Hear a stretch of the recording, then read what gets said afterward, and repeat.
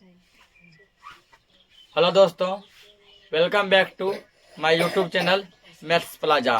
तो दोस्तों, आज मैं इस वीडियो में Bihar board class 8 Hindi chapter 10 जिसका नाम है इड़िसिया इड़िसिया तू ना गई मेरे मन से, आज मैं इस चैप्टर का व्याख्या करने वाला हूँ। यदि आपसे पूछ लिया जाए कि इड़िसिया तू ना गई मेरे मन से, यह जो है पाठ की कौन सी विद्या है, कविता है, कहानी है, निबंध है, क्या है, तो आप लोगों को बोलना है कि इड़िसिया जो है ये क्या है, एक निबंध है। ठीक ना, क्या है ये, निबंध है, निबंध। उसके बाद यदि पूछा जाए कि इसके लेखक कौन है, तो आप लोग याद रखिएगा, इसके लेखक जो हैं वो है रामधारी सिंह दिनकर। ठीक ना, लेखक कौन है, रामधारी सिंह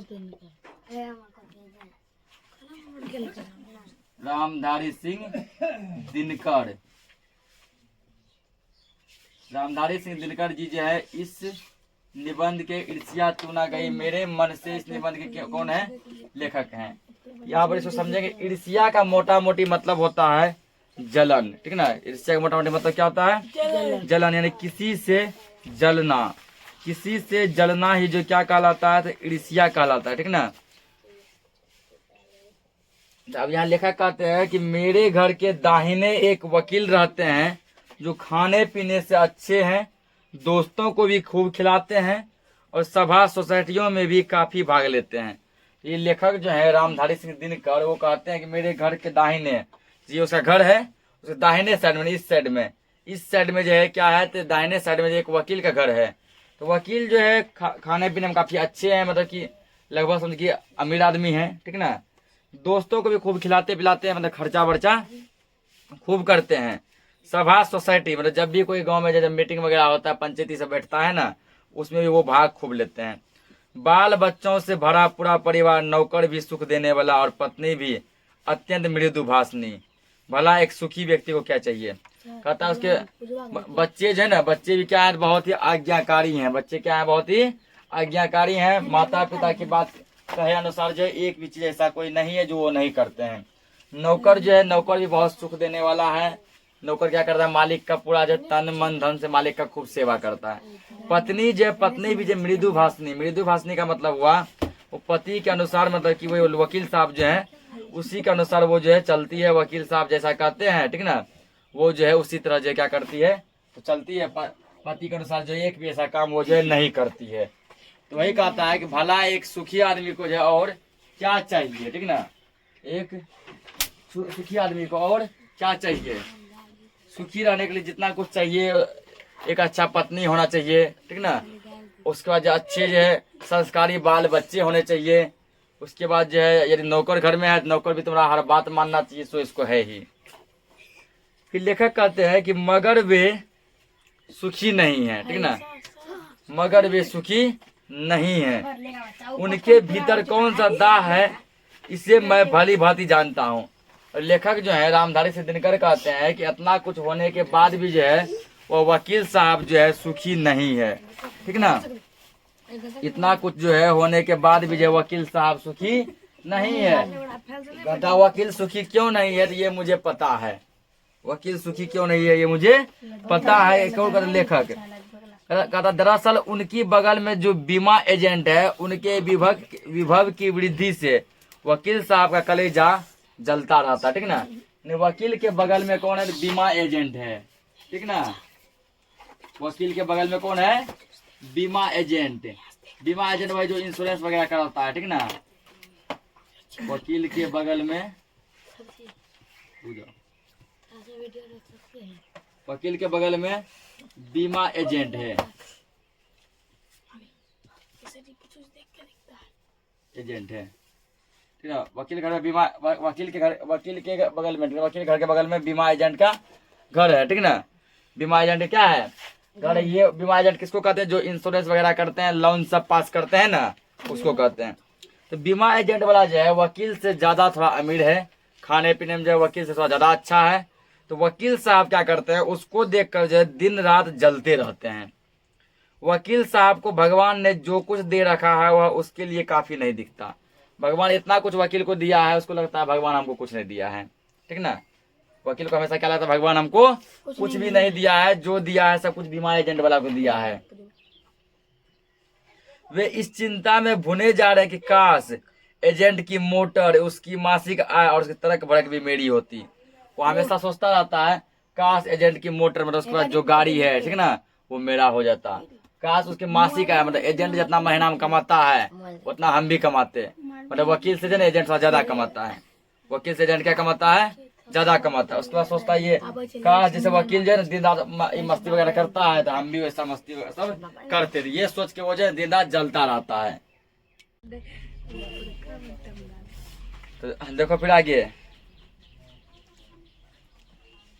ईर्ष्या का यही अनोखा वरदान है। जिस मनुष्य के हृदय में ईर्ष्या घर बना लेती है वह उन चीजों से आनंद नहीं उठाता जो उसके पास मौजूद है, बल्कि उन वस्तुओं से दुख उठाता है जो उसके पास नहीं है।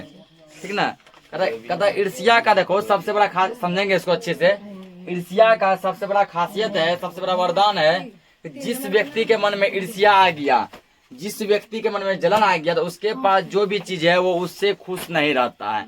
जैसे मान के चलो यदि मेरे मन में ईर्ष्या आ गया तो मेरे पास जो भी है, गाड़ी है, फोन है, घर है और जो भी कुछ है, ठीक ना, उससे हमको खुशी नहीं मिलेगा, उससे देख के हमको खुशी नहीं मिलेगा। हम बल्कि दूसरों के चीजों को देख के हम लोग अपने आप को दुखी करेंगे, अपने आप को हम दुख होंगे कि उसके पास जो है ये चीज है मेरे पास क्यों नहीं है, उसके पास इतना बड़ा घर है मेरे पास क्यों नहीं है, उसके पास इतना धन दौलत है मेरे पास क्यों नहीं है, लगेगा उसको। ठीक ना, तो ये सोचता रहता आदमी। वह अपनी तुलना दूसरों के साथ करता है और इसी तुलना में पक्ष के सभी अभाव उसके हृदय पर दंश मारते रहते हैं। और जिसके पास मतलब ईर्ष्या होगा, जिसके पास जलन रहता है, वो हमेशा अपना तुलना जो अपना कंपेयर जो ना, ठीक ना, हमेशा अपना तुलना और कंपेयर दूसरों आदमी से करेगा और उसी आदमी से करेगा जो उससे अमीर हो, जो क्या हो, कभी इन्हें बोलेगा मतलब गरीब से तुलना नहीं करेगा ईर्ष्यालु व्यक्ति कि मेरे पास जो है गाड़ी है, उसके पास तो बेचारे के पास गाड़ी भी नहीं, साइकिल है, मेरे पास तो मोबाइल है, उसके पास मोबाइल भी नहीं है, मेरे पास तो घर है, उसके पास तो झोपड़ी है, उससे तुलना नहीं करेगा। अल्लाह मत करो, तुलना हमेशा करेगा ईर्ष्यालु व्यक्ति जो जलता है वो अमीर आदमी से। उसके पास थार है मेरे पास न है, उसके बाद 2 मंजिला घर है मेरे पास न है, उसके पास मतलब चल के आलीशान एक जो बाइक है मेरे पास न है, अपने मतलब सब कुछ मतलब अपने ये पास दिखाएगा कि मेरे पास नहीं है। ठीक है ना, तो आगे फिर देखते हैं। आदर्श से लाचार होकर उसे यह वेदना भोगनी पड़ती। एक उपवन को पाकर भगवान को धन्यवाद देते हुए उसका आनंद नहीं लेना और बराबर इस चिंता में निमग्न रहना कि इससे बड़ा भी उपवन क्यों नहीं मिला। एक ऐसा दोष है जिसे ईर्ष्यालु व्यक्ति का चरित्र भी भयंकर हो उठता है। तो ईर्ष्यालु व्यक्ति का एक और पहचान, एक और दोष है, उसको यदि कोई चीज एक चीज मिल गया तो वो उसका जो धन्यवाद भगवान को नहीं करेगा, शुक्रिया नहीं करेगा। जैसे मान लो जिसके मन में मान लो ईर्ष्या है, जलन है, वो भगवान से प्रार्थना कि हे भगवान मुझे 100 रुपया मिल जाए, ठीक ना, तो भगवान के आशीर्वाद से मान लो उसको 100 रुपया मिल गया, 100 टका मिल गया, तो अब वो उस 100 रुपये से खुश नहीं रहेगा। ये नहीं बोलेगा हे भगवान आपका बहुत बहुत धन्यवाद, आपके वजह से मुझे जो 100 रुपया मिल गया, नहीं, ये नहीं सोचेगा कि हम 100 रुपये मांगे तो भगवान 100 रुपये दिया उसको धन्यवाद करेंगे, नहीं, बल्कि अब ये सोचेगा हमको 2000 टका क्यों नहीं मिला। ठीक ना, अच्छा चलो भगवान तो सुन ले 2 भी मिला, 2000 भी दिलवा दिया, फिर भी 2000 लेके खुश नहीं रहेगा, भगवान को धन्यवाद नहीं करेगा हे भगवान आपका बहुत धन्यवाद इतना हमको मिला। अब बोले हमको 5000 टका क्यों नहीं मिला। ठीक ना, जितना उसको भगवान ने दिया है वो कभी भी उतना से खुश नहीं रहता, हमेशा जो है और पाने की इच्छा उसमें रहती है कि और मिले और मिले।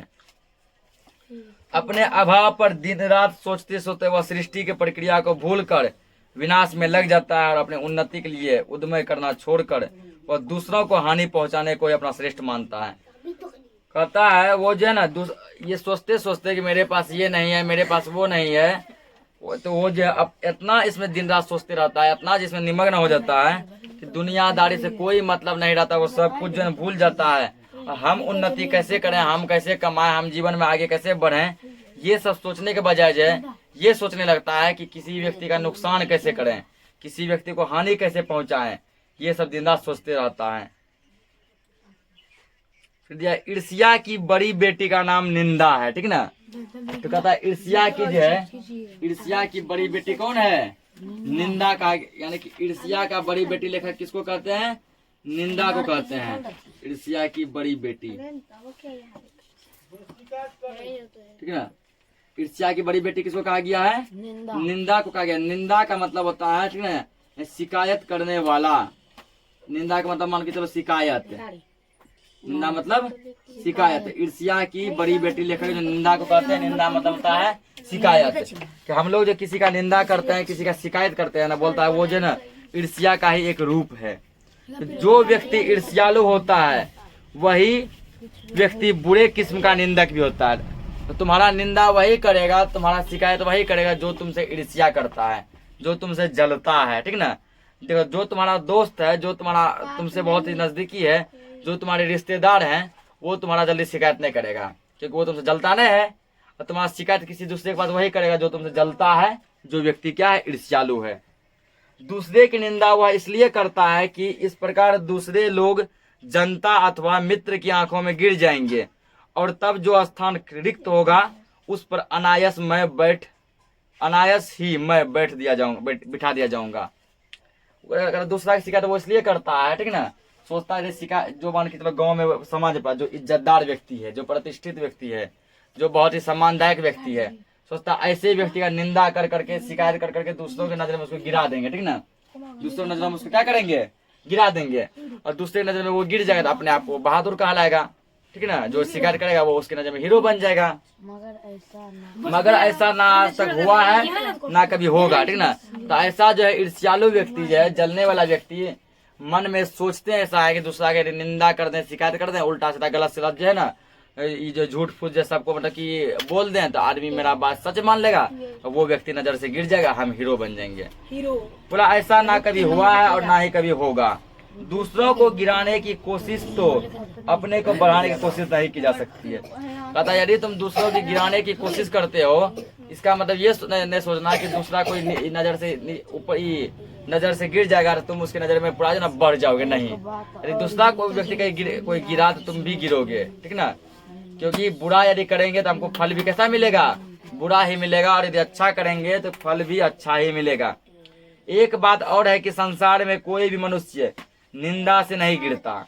कहता है संसार में कोई भी मनुष्य जो है किसी का शिकायत कर देने से, किसी का निंदा कर देने से जो है किसी आदमी का इज्जत जो है घट जाता है, ठीक ना। इज्जत जो है यदि व्यक्ति उसके कर्म से होता है। यदि कोई व्यक्ति मान के चलो बढ़िया काम किया है, ठीक ना, यदि कोई व्यक्ति बढ़िया काम करता है, समाज में मान के चलो कोई व्यक्ति का बहुत इज्जत है, अच्छा काम करता है, समाज सेवी है, उसका तुम कितनों निंदा करो, कितनों शिकायत करो, उस आदमी का कुछ नहीं बिगड़ता है। इसी प्रकार कोई भी मनुष्य दूसरों की निंदा करने से अपनी उन्नति नहीं कर सकता है। तो कोई आदमी सोचता है कि हम दूसरा की निंदा कर देंगे ना, हम जो है अमीर बन जाएंगे, बड़ा आदमी बन जाएंगे, ऐसा कुछ भी नहीं है। उन्नति तो तभी होगी जब वो अपने चरित्र को निर्मल बनाएंगे और गुणों का विकास करेंगे। अरे कोई आदमी का उन्नति तब होगा, ठीक ना, जब अपना चरित्र वो सुधार ले, दूसरों का निंदा करना भूल जाए, किसी से जलना भूल जाए, तभी उसका उन्नति हो सकता है। ईर्ष्या का काम है जलाना, ठीक ना। ईर्ष्या का काम है जलना और जलाना, मगर सबसे पहले वह उसी को जलाती है जिसके हृदय में ईर्ष्या का जन्म होता है। तो ईर्ष्या का काम है दूसरों को देख के जलना, ईर्ष्या का काम है दूसरों को जलाना। ईर्ष्या जो है सबसे पहले जो है उसी को जला के राख कर देती है जिसके मन में ईर्ष्या पनप जाता है, जिसके मन में ना जलन पनप जाता है दूसरों के प्रति। आप भी ऐसे बहुत से लोगों को जानते होंगे जो ईर्ष्या और द्वेष की साकार मूर्ति है, और जो बराबर इस फिक्र में ही रहते हैं कि कहाँ सुनने वाले मिले कि अपने दिल का गुब्बारा निकालने का मौका मिले। और आपके गांव समाज टोला मोहल्ला में भी बहुत ऐसे सारे ईर्ष्यालु व्यक्ति होंगे, जलनशील व्यक्ति होंगे, निंदक व्यक्ति होंगे, ठीक ना, जो ये खोजते रहते हैं खाली कोई मेरा बात सुनने वाला मिले, ठीक है, खाली कोई मेरा बात सुनने वाला मिले। यदि कोई उसका बात सुनने वाला मिल जाता है, ठीक ना, यदि कोई उसका बात सुनने वाला मिल जाता है, श्रोता मिलते ही मतलब सुनने वाला मिलते ही उनका ग्रामोफोन बजने लगता है, और वे बड़ी ही होशियारी के साथ एक एक कांड इस ढंग से सुनाते हैं मानो विश्व कल्याण को छोड़कर उनका और कोई ध्येय नहीं हो। जैसे कोई सुनने वाला मिल जाता है, मतलब कि जैसे कि किसी के पास हमको शिकायत करना है, शिकायत करने वाला कोई मिल गया, ठीक है, निंदा सुनने वाला कोई मिल गया, उसके पास इस तरह शिकायत करता है दूसरों का, इस तरह से निंदा करता है कि मानो कि रामायण सुना रहा है, महाभारत सुना रहा है, ठीक ना, गीता का ज्ञान दे रहा है, पूरा देश के जो विकास का बात करके हमारा देश कैसे डेवलप होगा ऐसे सुनाएगा। वही बोला ग्रामोफोन की तरह वो जो है बजने लगता है। मगर जरा उनके अपने इतिहास को भी देखिए और समझने की कोशिश कीजिए कि जब से उन्होंने इस सुकर्म का आरंभ किया है तब से वे अपने क्षेत्र में आगे बढ़े हैं या पीछे हटे हैं। और जो आदमी निंदक प्रवृत्ति के हैं, जो निंदा करते हैं, शिकायत करते हैं, एक बार तुम उसका भी देख के देखो इतिहास। दूसरा का वो शिकायत करेगा, दूसरा के बेटी का, दूसरा के बेटा का, ठीक ना, या दूसरा के किसी और चीजों का। तुम खुद के उसका बेटी को देखो, उसका बेटे को देखो, उसको अपने आप को देखो, पता चल जाएगा वो कितना घटिया, कितना खराब व्यक्ति है। यह भी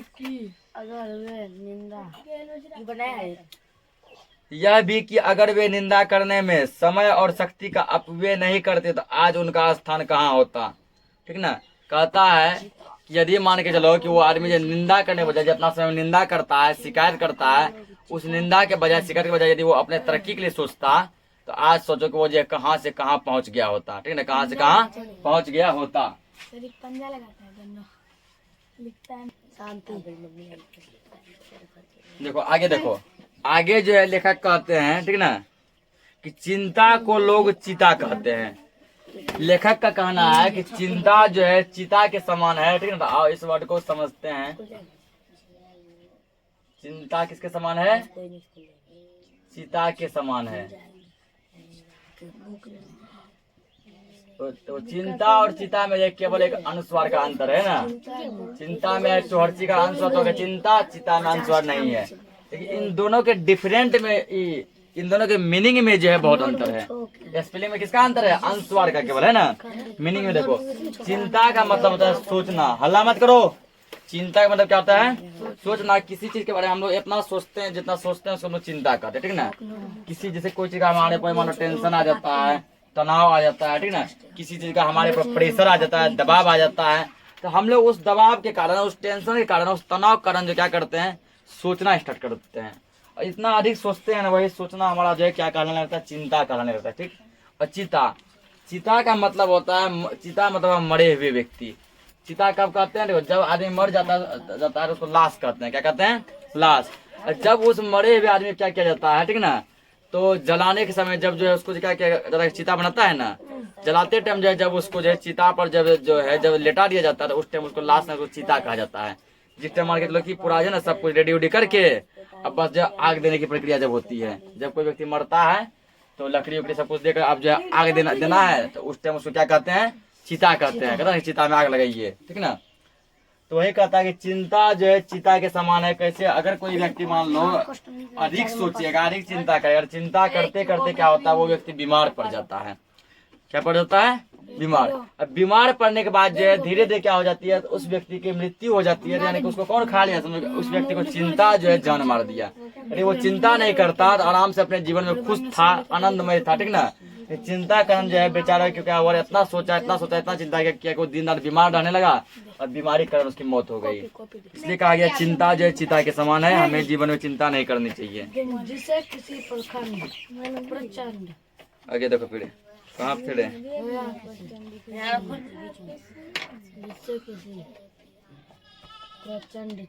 जिसे किसी प्रचंड चिंता ने पकड़ लिया है उस बेचारे की जिंदगी ही खराब हो जाती है, ठीक ना। वही जो समझाया अभी, यदि किसी को चिंता घेर ले समझो जिंदगी का खराब हो जाएगा, मतलब उसका समझो विनाश हो जाता है। किंतु ईर्ष्या शायद चिंता से भी बड़ी बदतर चीज है, क्योंकि वह मनुष्य के मौलिक गुणों को ही कुंठित बना डालती है। कहता अब जो लेखक कहते हैं चिंता सोचा तो खुद इतना बड़ा चीज है, चिंता आदमी को जो है जान तक मारता है। ईर्ष्या जो है, ईर्ष्या उससे भी बड़ा चीज है। आगे देखो फिर, ईर्ष्या मनुष्य का चारित्रिक दोष ही नहीं प्रत्युत इसमें मनुष्य के आनंद में भी बाधा पड़ती है। अगर ईर्ष्या एक ऐसा दोष है जिसके मन में समझो ईर्ष्या आ गया, जलन आ गया, वो व्यक्ति कभी भी खुश नहीं रहता है। कभी भी वह व्यक्ति खुश नहीं रहता है। सब दिन अपने आप को वो जो है दुखी महसूस करता है। जब भी मनुष्य के हृदय में ईर्ष्या का उदय होता है, सामने का सूर्य उसे मध्यम सा दिखने लगता है। पक्षियों के गीत में जादू नहीं रह जाता है, फूल में से कोई सुगंध नहीं रहते हैं। तो जिसके मन में ईर्ष्या आ गया उसको सूर्य का चमक, फूल की खुशबू, सामने की अच्छी अच्छी चीजें सब कुछ फीकी लगती है। उसको केवल जो है वही चीज अच्छा लगता है जिससे वो जलता है, ठीक है। जिस आदमी से वो जलता है उस आदमी के पास जो कुछ है वो उसको बहुत अच्छा लगेगा। आप कहेंगे कि निंदा के बाण से अपने प्रतिद्वंदियों को भेद कर हंसने में एक आनंद और यह आनंद ईर्ष्यालु व्यक्ति का सबसे बड़ा पुरस्कार है, ठीक ना। तो जो व्यक्ति ईर्ष्यालु है, जो जलने वाला व्यक्ति है, उसको सोना मिल जाएगा ना तो ये वो उतना खुश नहीं होगा, ठीक ना। उसको बड़ा से बड़ा जॉब मिल जाएगा ना तब भी खुश नहीं होगा, खजाना का पूरा भंडार मिल जाएगा, खुश नहीं होगा। वो सबसे अधिक खुशी कब होता है, किसी व्यक्ति का निंदा कर करके शिकायत करके जब उस व्यक्ति को ना पूरे समाज में, पूरे गांव टोला में, दोस्त सबके नजर में बदनाम करता है, गिरा देता है, उसके बाद वो व्यक्ति पूरा खुशी खुश हंसेगा, व्याकरण करेंगे, ठीक ना।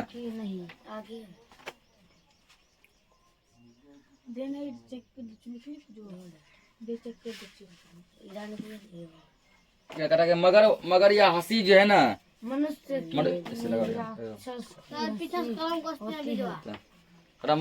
यह हंसी जो है, जो आदमी दूसरों को सबके नजर में गिरा के खुश जो होता है, बोलता है इस तरह का कौन हंसी हंसता है, राक्षस हंसता है। या इंसानों का जो ना गुण नहीं है, यह राक्षसों का गुण है। और आनंद भी। तो ईर्ष्या का संपर्क प्रतिद्वंदियों से होता है, क्योंकि भिखमंगा करोड़पति से ईर्ष्या नहीं करता। उसके लिए एक और बात लेखक कहते हैं, ईर्ष्या हमेशा लोग जो ना बराबर वाले व्यक्ति से करते हैं, ठीक है। किससे करते हैं, बराबर वाले व्यक्ति से। आज तक कभी भी ये नहीं सुना होगा कि कोई भिखमंगा जो है किसी करोड़पति से ईर्ष्या करता है कि करोड़पति के पास जो है एक हवाई जहाज है, एक हेलीकॉप्टर है, एक मान लो ट्रेन है, ऐसा कभी नहीं करता है। क्योंकि भिखमंगा यदि जलेगा, भिखमंगा ईर्ष्या करेगा तो भिखमंगे से, और करोड़पति यदि जलता है, करोड़पति यदि ईर्ष्या करता है तो वो करोड़पति से, यानी कि अपने बराबर के व्यक्ति से। यह एक ऐसी बात है जो ईर्ष्या के पक्ष में भी पड़ सकती है, क्योंकि प्रतिद्वंदियों से भी मनुष्य का विकास होता है। किंतु अगर आप संसार व्यापी सुयश चाहते हैं तो आप रसेल के मतानुसार शायद नेपोलियन से स्पर्धा करेंगे। ईर्ष्या का एक पक्ष सचमुच ही लाभदायक हो सकता है, जिसके अधीन हर आदमी, हर जाति और हर दल अपने को अपने प्रतिद्वंदियों का समकक्ष बनाना चाहता है। अल्लाह क्या करता है रे, ईर्ष्या में सब कुछ केवल हानि ही हानि है।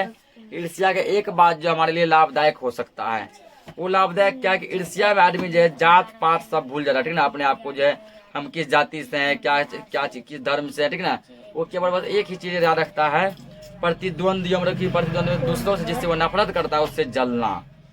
किंतु यह तभी संभव है जबकि ईर्ष्यालु व्यक्ति यह महसूस करता है कि कोई चीज है जो उसके भीतर नहीं है, कोई वस्तु है, कोई जो दूसरों के पास है, ठीक है ना।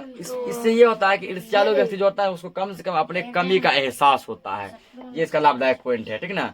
कि व्यक्ति ईर्ष्या दूसरों से करता है, जलन तो करता है, लेकिन उसी जलन के माध्यम से, ईर्ष्या के माध्यम से उसको अपने आप के कमी का महसूस होता है कि कोई एक ऐसा चीज है जो हमारे पास नहीं है, उसके पास है, तभी तो जल रहा है ना। यदि मान लो उसके पास है, यदि इसके पास भी रहता, हमारे पास भी रहता, तो क्या हम उससे जलते? नहीं जलते।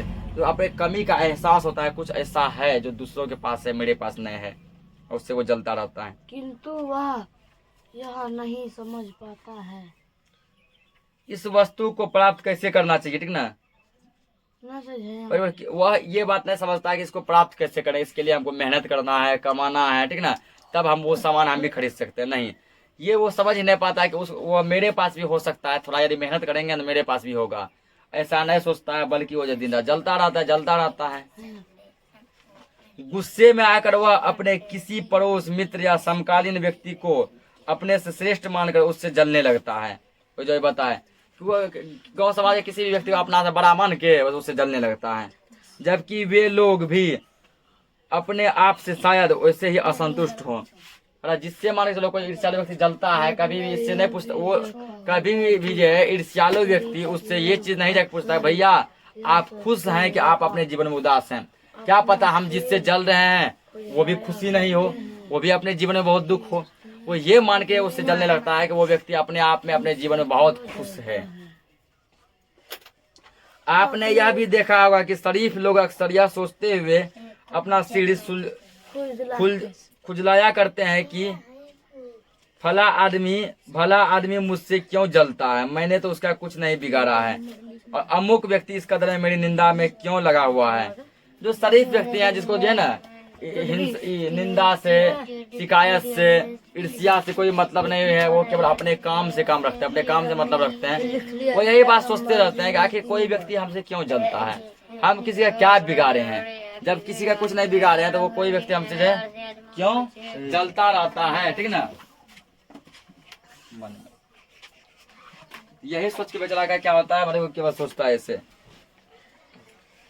ये सोचते हैं मैं तो पाक साफ हूँ, मुझ में किसी भी व्यक्ति के लिए दुर्भावना नहीं है, बल्कि अपने दुश्मनों की भी मैं भलाई करता हूँ। ठीक है? जो शरीफ व्यक्ति हैं वो ये सोचते हैं कि मेरा दिल तो बिल्कुल साफ है, मैं दोस्तों तो दोस्तों बल्कि दुश्मनों का भी हेल्प करता हूँ, दुश्मनों को कभी भी भलाई करता हूँ। फिर भी लोग हमसे देख के क्यों जलते हैं, जबकि हमने किसी का कुछ भी नहीं बिगाड़ा है। फिर ईश्वर चंद्र विद्यासागर जब इस तजुर्बे से होकर गुजरे तब उन्होंने एक सूत्र कहा, तुम्हारी निंदा वही करेगा जो जिसको तुमने भलाई की है। जिसकी तुमने भलाई की। ईश्वर चंद्र विद्यासागर एक बहुत ही बड़े, समझो कि ये कौन थे, ये विजन एक कवि थे, एक लेखक थे, ठीक ना।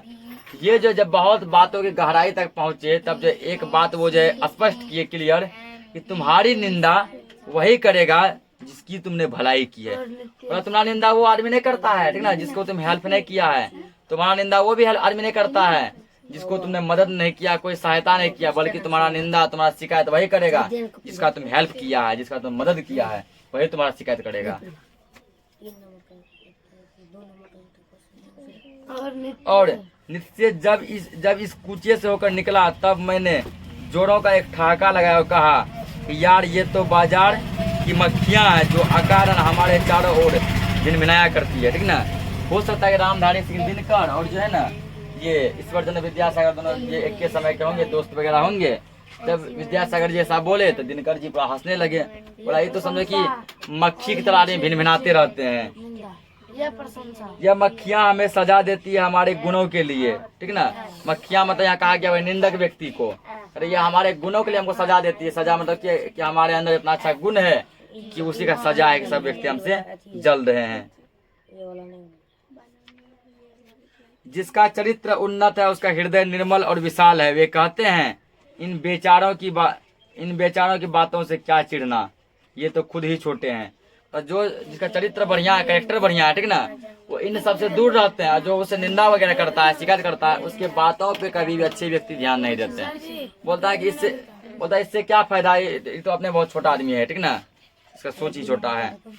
मगर जिनका दिल छोटा और दृष्टि संकीर्ण है वे मानते हैं कि जितनी भी बड़ी हस्तियां हैं उनकी निंदा भी ठीक है। लेकिन जिनका दिल मान के चलो, ठीक है, दिल छोटा है लेकिन जो सोच बहुत बड़ा है, ठीक है, बहुत हाई लेवल का सोचते हैं, उसका मानना है कि जो जितना बड़ा आदमी है, ठीक है, जो जिसका हस्ती जितना बड़ा है उसका निंदा भी उतना ही आदमी करता है।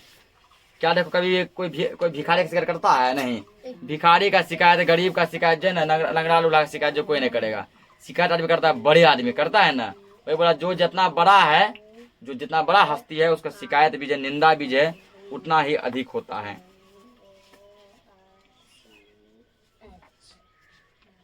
दरअसल हम जो उसकी निंदा का जवाब नहीं देकर चुप्पी साधे रहते हैं, इसे भी वे हमारा अहंकार समझते हैं, ठीक ना। कहता है निंदक व्यक्ति का एक और जो है मतलब कि बुरी आदत क्या है, ये तो दूसरों का शिकायत करता है। जिसका शिकायत करता है वो जो शिकायत के बदले में जवाब नहीं देता है, बेचारा सोचता है कि मतलब हटाओ हमसे क्या मतलब, आदमी का सोच छोटा है, जिसका जैसा सोच है वो ऐसा सोच रहा है। तो जो जवाब जो नहीं देता है बदले में, ठीक ना, तो इसको भी क्या करता है निंदक व्यक्ति जो ना अहंकार मानता है कि वो कि आदमी अहंकार में चूर है, मेरे बातों का जवाब नहीं देता है। बल्कि वो आदमी अहंकार में चूर नहीं है, बल्कि ये सोचता है कि हम जो है ना फालतू चीजों में काहे दिमाग लगाएंगे। खुशी तो उन्हें तभी हो सकती है जब हम उनके धरातल पर उतर कर उनके छोटेपन के भागीदारी बन जाए, ठीक ना। निंदक व्यक्ति तब खुश होगा जब वो कोई चीज तुम्हारा शिकायत कर रहा है, निंदा कर रहा है, उस निंदा पर, उस शिकायत पर यदि तुम जो है जवाब दे दिया तो वो आदमी बहुत खुश होगा। लेकिन जो आदर्श व्यक्ति है उसका मानना है जो हमारी निंदा करता है, ठीक है, निंदा करने दो, हम ऐसे जीवन में तरक्की करेंगे, हमारी निंदा भी 1000 व्यक्ति करेंगे, करने दो। अगर हम भी उसका जवाब दे देंगे तो मेरे में उसमें अंतर क्या रहेगा, हम भी तो छोटे स्वभाव के, छोटे सोच वाले हो जाएंगे। सारे अनुभवों को निचोड़ कर नित्य ने एक दूसरा सूत्र कहा। नित्य मतलब वही विद्यासागर कहा गया होगा।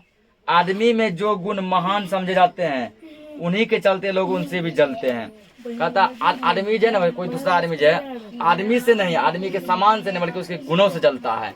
किसी आदमी में कोई ऐसा गुण है जो कि मान के चलो पूरे समाज में और किसी व्यक्ति में नहीं है, आदमी उसी जलने लगता है, ठीक ना। उसी आदमी क्या करने लगता है, जलने लगता है। ईर्ष्यालु लोगों से बचने का क्या उपाय है, ठीक ना। अब तो इतना कुछ समझे कि ईर्ष्या वगैरह जलन सबके बारे में। अब लास्ट में दिया है कि जो व्यक्ति जलनशील है, जो व्यक्ति ईर्ष्यालु है, उससे हम कैसे बच सकते हैं, बचने का क्या उपाय है। तो नीचे कहता है कि बाजार की मक्खियों को छोड़कर एकांत की ओर भागो, ठीक ना। कहता बाजार की मक्खी, मतलब बाजार में हजारों मक्खी भिनभिनाती है, लेकिन तुम उस मक्खियों के झुंड में मत भिड़ जाओ, एकांत की तरफ भागो जिधर कोई नहीं भागता, जिधर कोई भी नहीं भागता। मतलब कि जब गांव समाज में जो व्यक्ति तुम्हें जलते हैं, जो ईर्ष्या करते हैं, उससे क्या करो, उससे दूरी बना के रखो। जो कुछ भी अमर तथा महान है, उनकी रचना और निर्माण बाजार तथा सुयश से दूर रहकर किया जाए। जो तुमको करना है वो दूसरों से भीड़ से हट के करो, सबसे हट के करो। जो लोग नए मूल्यों का निर्माण करने वाले हैं, वे बाजार में नहीं बसते। जिस व्यक्ति के मन में कुछ है, कुछ नया खोज करेंगे, ठीक ना, कुछ नई चीज करेंगे, कुछ बड़ा करेंगे, वो हमेशा भीड़ से, गांव से, समाज के हट के रहते हैं। जहाँ बाजार की मक्खियां नहीं भिनभिनाती। यह तो हुआ ईर्ष्यालु लोगों से बचने का उपाय, किंतु ईर्ष्या से आदमी कैसे बच सकता है। ये तो हम ईर्ष्यालु लोग से बच सकते हैं, ठीक ना। जो आदमी हमसे जलता है, जो आदमी हमसे ईर्ष्या करता है, उससे हम बच सकते हैं कि हम लोग ना उससे मिलजुल के नहीं रहेंगे, थोड़ा दूरी बना के रखेंगे। कुछ भी करेंगे उस आदमी को नहीं बताएंगे, बड़े बड़े चीजों की तैयारी करेंगे तो उससे करेंगे थोड़ा समाज से हट के। कहता है ये तो ईर्ष्या से ईर्ष्यालु लोग से बचे जो हमसे जलते हैं। ईर्ष्या से कैसे बचेंगे। यदि किसी के मन में मान लो ईर्ष्या आ गया, मन में बैठ गया, यदि किसी के मन में ईर्ष्या जलन आ गया, जिसके हृदय में, जिसके मन में ईर्ष्या आ गया है, तो वह आदमी ईर्ष्या से कैसे बच सकता है। ईर्ष्या से बचने का उपाय है मासिक अनुशासन। जो व्यक्ति ईर्ष्यालु स्वभाव का है, उसे फालतू बातों के बारे में सोचने की आदत छोड़ देनी चाहिए। तो ईर्ष्या से हम तब बच सकते हैं यदि मान लो हमारे मन में ईर्ष्या आ गया है, हम ईर्ष्यालु प्रवृत्ति के हो गए हैं, हमें फालतू बात जो सोचना बंद कर देना चाहिए, करना चाहिए।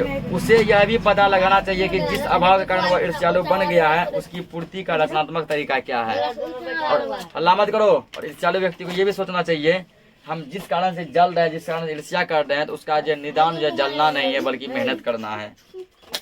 इसी के साथ जो है ये चैप्टर क्या हो गया, खत्म हो गया। हम लोग जो नेक्स्ट लेक्चर में इसका क्वेश्चन आंसर करेंगे। तब तक के लिए जय हिंद।